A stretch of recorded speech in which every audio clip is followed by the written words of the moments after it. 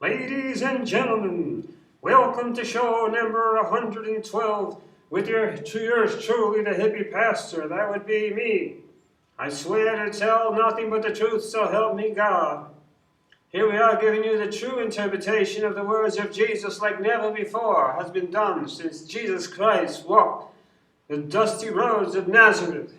Here I am, authorized to give you the true message and to set you free, to deliver you from religion, and to bring you into the truth of spiritual Jesus. That's the one we follow. Peace. Before we get right into the show, let us do the customary quote of the day. Let's see who can guess this marvelous author. Okay. It reads as such.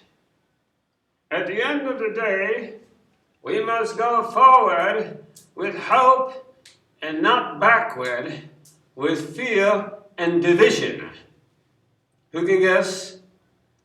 I know. You people are ignorant. You have no sense of agriculture.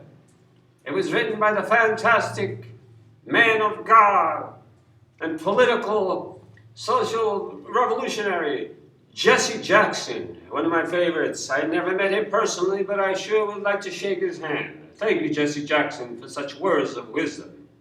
At the end of the day, we must go forward with hope and not backward by fear and division. Oh no, not so. Ladies and gentlemen, before we get right on to the words of Jesus, I need to make a confession which has been bothering me. It's been in my conscience and stealing sleep from the Hippie Pastor. You heard correctly. I am not perfect, as many of you may have gotten the wrong impression. I have faults just like everyone else. One of my besetting sins, I think, is, Lord help me. You can't fight against love. You cannot fight against love. Love is a powerful thing. As a matter of fact, in the Bible it says that God is love. And I have had the weakness, the misfortune of falling in love. Seriously, where's the heart? And left side heart, right side nothing. I've fallen in love with one or two or three the daughters of some of my good friends. I will not mention their names, but love is in their eyes. When I look in their eyes, I melt. I would like to be in their arms. That's how much I love them, but it's an impossible dream because they are married. They each have their own husband. And their father is a good friend of mine and would probably kill me if he found out who they were, or who she is, or who they are. Yeah, I know. Condemn me if you so desire.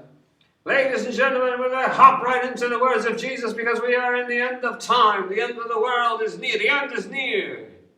It was near 2,000 years ago. It's still near today. The kingdom of heaven is at hand. Okay, as we continue, we are in Matthew chapter 13, verse 31. Now, allow me to proceed with your true interpretation. Jesus speaking, another parable put he forth unto them, saying, the kingdom of heaven is like to a grain of mustard seed, which a man took and sowed in his field, which indeed is the least of all seeds. But when it is grown, it's the greatest among herbs, and becometh a tree, so that the birds of the air come and lodge in the branches thereof. Isn't that a beautiful parable? So in this life, this life is just a seed. We're just like a seed. And when we die and are buried in the ground like the mustard seed, we flourish into the kingdom of paradise like a great tree, with the branches thereof, where the birds can come and lodge in our branches in fulfillment of paradise. That's what happens once you leave this planet. There is life after death. Get that through your thick skull, dummy. Here goes Jesus. Another parable spake he unto them, saying, the kingdom of heaven is like unto leaven, which a woman took and hid in 3 measures of meal till the whole was leavened. Wow. Interesting parable. Okay. So therefore, everything got to get unity. Just like Brother Jesse Jackson said, man, no division. We must go forward with hope. Here goes Jesus. He answered and said unto them, okay, here he gives the explanation of those parables. Because they ask him. He answered and said unto them, he that soweth the good seed is the Son of Man. The field is the world.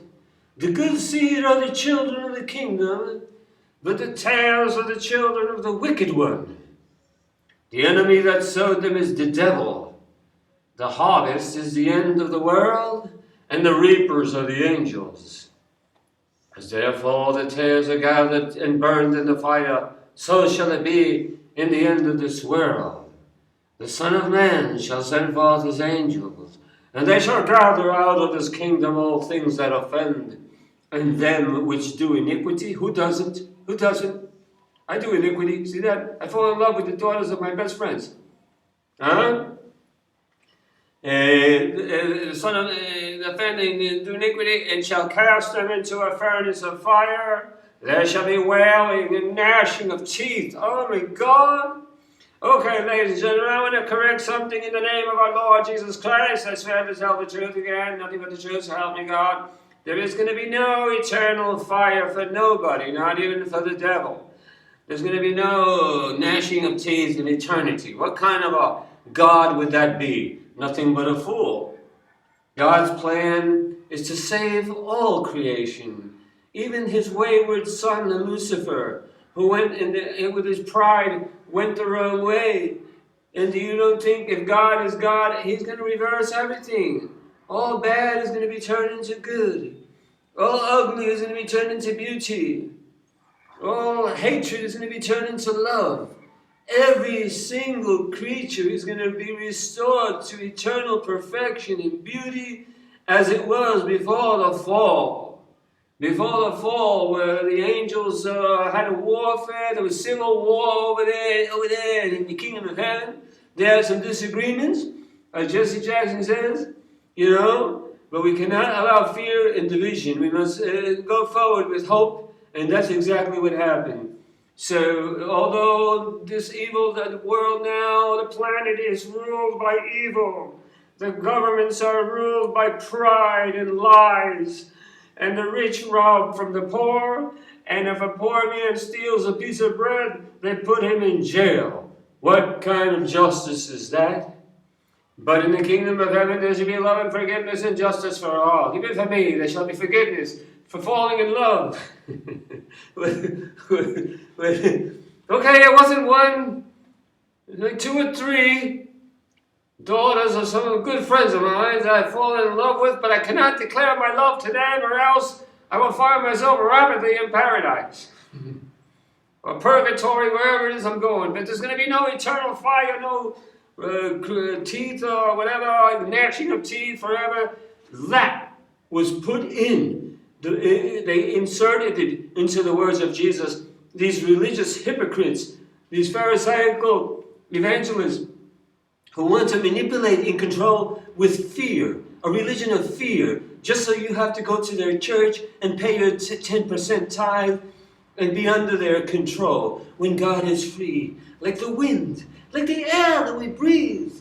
God is freedom. Nobody can control God, and nobody is a doorman of heaven. Only love. Love is the key. Yeah, they said that Peter had the key, right? But I think he lost it, because the key is for everybody. And if you have love, and when it's time for you to go, you forgive before, you forgive your enemies, you forgive those who hurt you. You go with a clean heart, with a heart of love. Hey, there ain't no weapon that can fight love, as I have learned with the daughters of my good friends. There ain't no weapon that can fight love. So love is the key to enter into the kingdom of heaven. Not righteousness, not self-righteousness. Who the hell is righteous here? Raise their hand. Hey, I can't raise my hand because I'm not righteous. I'm a sinner just like you. Brothers and sisters, I must carry on now. I have things to do, This is all, It's been a pleasure. It's been my pleasure, and yours too. So be safe, and please forsake yourself, and be wise. and be spiritual and be like me, a cafeteria Christian. Take what you like and leave the rest. You have that freedom given to you by me and by God.